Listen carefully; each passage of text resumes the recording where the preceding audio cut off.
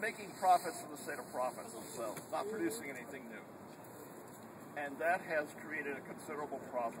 Considerable amount of discussion about all this, how we're going to essentially change this.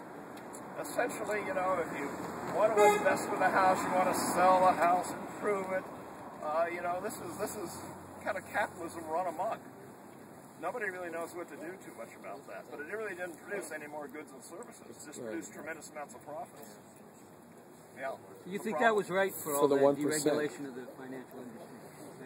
No, I'm not saying I thought it was right. No, okay. I think we need more regulation of banks and financial institutions and all the others. But we also have to appoint people who are willing to do that. It was amended by who was the previous chair of the Federal Reserve? Greenspan? Greenspan. He admitted he didn't regulate the banking system well. He thought they would self-regulate. And he admitted, essentially, he was wrong. And that was one of the problems. It's like having a football game and no flags are thrown. You know, they say, oh, let them go out there and play the game. Yeah, right. Anyway, they want to. That's what they did. I have heard that things like hedge funds and derivatives, essentially it's just sort of a form of legalized gambling. Is that a fair statement? No, all investment is a form of legalized gambling.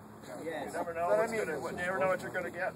But I mean, there's, you know, it's more speculative. Yeah, of course. Right. That's what it is.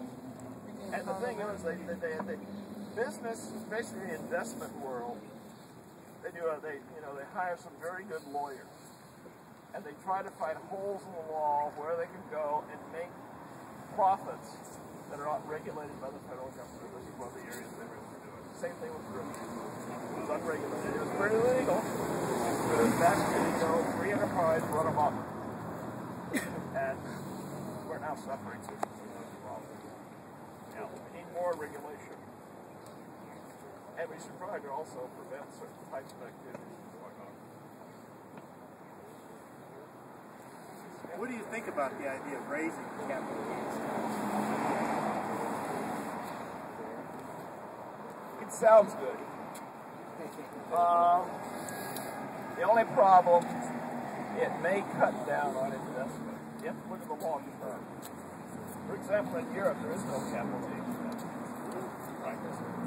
They have, basically, in Europe, they largely have, it's not a sales tax, national sales tax. I'm trying to think of the exact term they call it. It's value-added tax? Value-added tax. Now, granted, this is a regressive form of taxation, but it allows for the welfare state. Because business and industry in Europe do not prevent that. They do not attack that. They're able to make the profits they want. They see no problem in this. Everybody essentially is contributing to the welfare state. And many have thought that might be a very way to go here too. Get business out of the, might say, business of lobbying against welfare activities, welfare state activities. Seriously, you think about it. Addressed this, I apologize because I was dealing with a side issue. But one of the principles of Wall Street is Occupy Wall Street has suggested is a transaction tax on all financial transactions, including stocks and bonds and bank transactions, and they've suggested a very minuscule amount of that. I'd like to hear your impression of that idea, whether you think it's an economically feasible thing to do, and will it actually harm investment?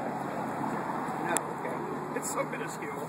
Yeah, it's so minuscule. It's kind of, sort of smacks of the old stamp act of the colonial period, which was really just a one-penny stamp on all printed material. It was just more of an affront rather than an economic detriment. Okay. I mean, this is, nobody likes to pay additional taxes, but it really wouldn't hurt the financial industry at all. Okay. They just don't want government getting in. They figure, okay, they'll have a small little tax now, and they'll raise it over the years. Okay. That's their argument. Yeah. I have a question. Like, I've been watching TV, and I'm going to vote no on issue 2. I'll tell you why. Because one of the constitutional rights in this country for State Highway Patrol, the deputy sheriff, the Youngstown police officers, Austin, and all through this state, the police officers, and the firefighters to save lives. The governor saying on these commercial boats, yes, is that the film footage in Columbus? Let's stick to the federal. Okay. But is he saying yes? Okay. But one of your constitutional rights is